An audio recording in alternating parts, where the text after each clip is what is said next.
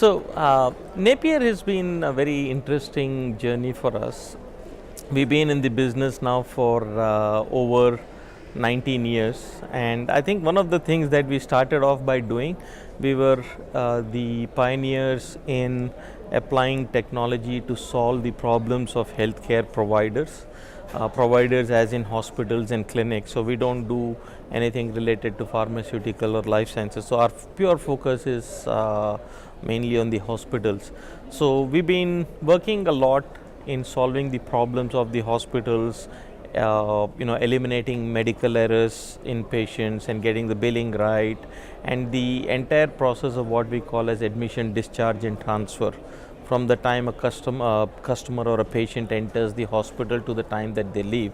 But last couple of years, I would specifically say 3 years, has been a complete roller coaster ride. It's very different from the what 15 previous years were.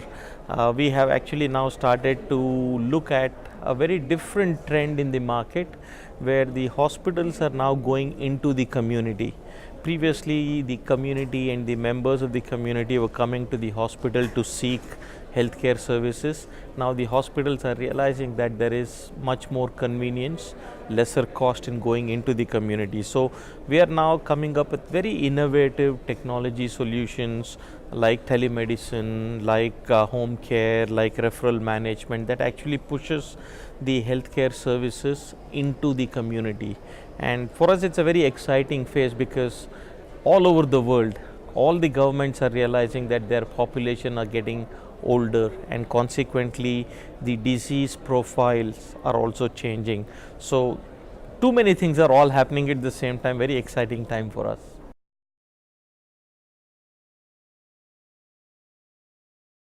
Telemedicine is actually in India not nascent.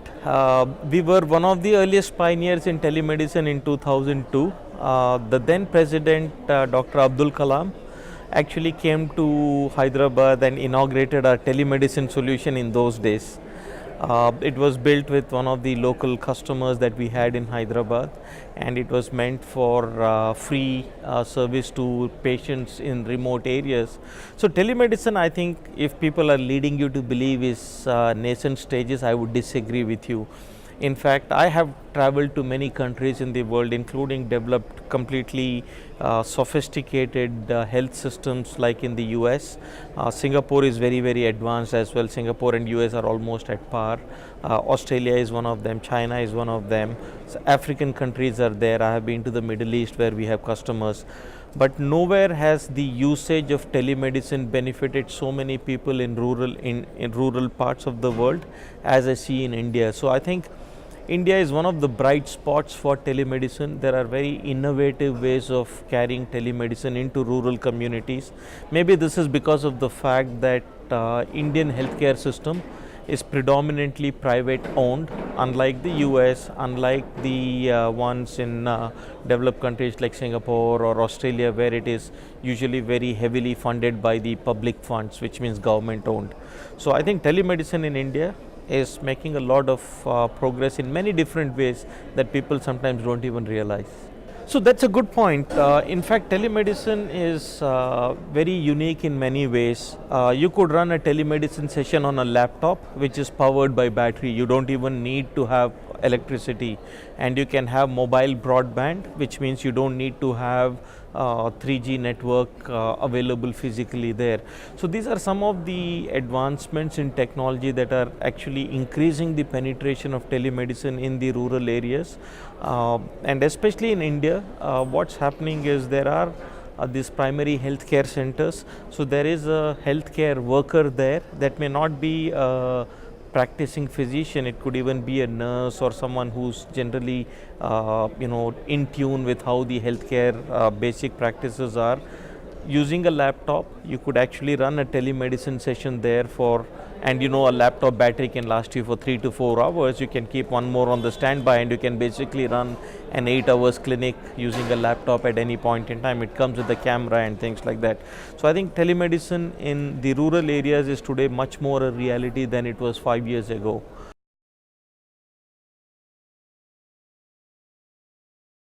I think the biggest challenge today in India is that our acute care facilities, like the hospitals, are overcrowded. All the hospitals are running at full capacity, especially the good ones, the ones where the care is of a good quality, they are running at full capacity. The ones that are not running at full capacity have the issues of having to upgrade their facilities. So they would much rather invest in technology like a CT scan or an MRI scan, but they have not yet reached the level of using technologies like telemedicine to expand their scope of services. It's a question of what comes first. The bread or butter issues are more strategic issues about serving rural communities. So the unfortunate part of Indian healthcare system is it is heavily concentrated only in the larger cities. Today, if you take a Delhi or a Mumbai or a Chennai as an example, it is comparable to any advanced country. Whereas just 100 kilometers away, 150 kilometers away, it's a very different world. You go down to Meerut, the quality of healthcare is very different from the quality of healthcare you'd get in Delhi, Gurgaon or Noida. Those are the challenges that we have today.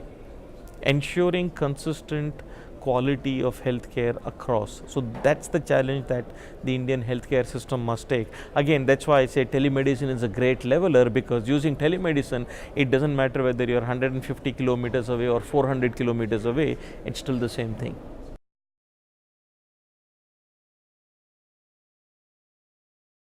I would say healthcare, at least in Napier, what we are thinking is healthcare will actually be ubiquitous healthcare, which means healthcare is available anywhere and everywhere. Think of it this way: today, when you want to buy something, you don't go and look for a mini mart or a hyper mart or whatever. You just get onto the internet, you go to Amazon or Flickr or any of these sites and you shop. Why should healthcare be any different? You should be able to receive services where you are. You are the patient, you are the consumer of those services, so it should be available to you where you are, and that is where the healthcare needle will move. It will no longer be confined to the four walls of the hospitals that acute care facilities today operate on. So it has to move beyond the four walls. It has to go beyond the physicality of the hospital that is a limitation today. Also, from a private healthcare perspective, for example, if a hospital has 100 beds at full capacity, that's the maximum revenue that they can generate. But if you have telemedicine, you could put doctors and nurses in a room and you could be addressing 10 times as many patients and thereby increase your revenue without really having to invest in physical resources that much more. So it eliminates the linearity between physical assets and the care delivery.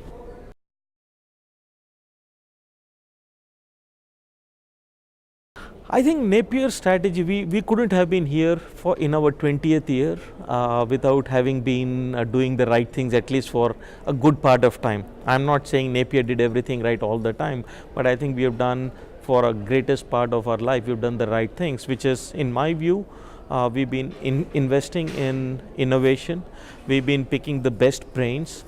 Given our global presence, it is very easy for us to serve as a platform that takes best business practices in the developed world and bring them into India as an example. Very soon I see the reverse flow of innovation, because India is a frugal innovation market. The innovation that happens here happens at the lowest cost, and so very soon I believe that the Indian innovation can actually be exported to the rest of the world, and that's what I hope will change the face of healthcare in the world. So I think that's one of the biggest things that we have been doing, which is taking innovation from one part of the world and putting it into the other part of the world, adapting it, localizing it, making it more affordable, making it more pertinent and meaningful to the communities that we serve.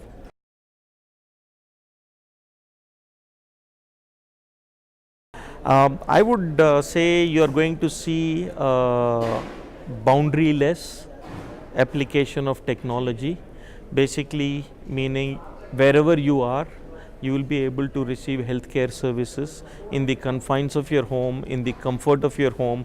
Whether you have chronic illnesses, so you could have home care services delivered in the comfort of your home. You could have, if you need to see 10 different specialists, you will be able to do that also with the minimum amount of inconvenience to yourself.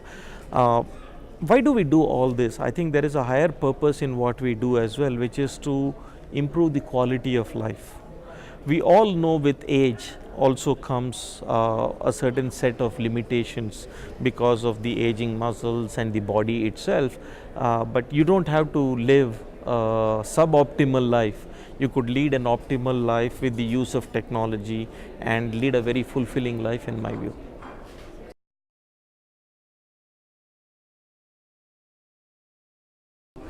Today, if you see, most of the people talk of, again, this one more point I'd like to talk about. People talk of mobile and mobility as if it was a new solution.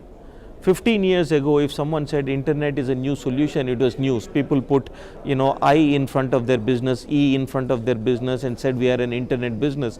Today, you hardly hear anyone saying I'm an internet business. In the same way, no one is going to say there is a mobile health business. Health will be delivered using the mobile as a channel.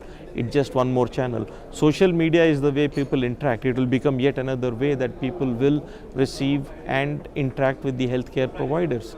So analytics and all of these are logical extensions. This we've been doing all the time. Always in the history of healthcare ecosystem, the CEOs, the planners have been looking at the community they serve. They've been analyzing it. It is just that today those tools are available. With the use of technology, we are getting better. So we've always been analyzing our business in healthcare. We've always been trying to get closer to the customer, which is the patient. So do I think it will get better? Surely it will get better with technology tools, but we are not going to be doing something very new or different from what we've been doing previously. It is just a different way of doing things.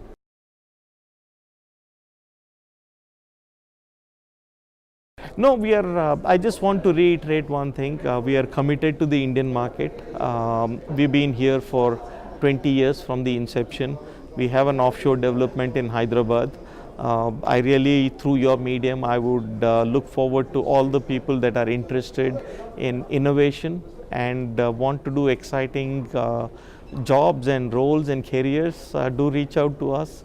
We'll be very happy to have talent on board. The more the merrier, the more intelligent people, the better. That's what I would wish. India is a great talent pool for us. We use the Indian talent pool to conquer the world, and that's what I would like to continue doing in future.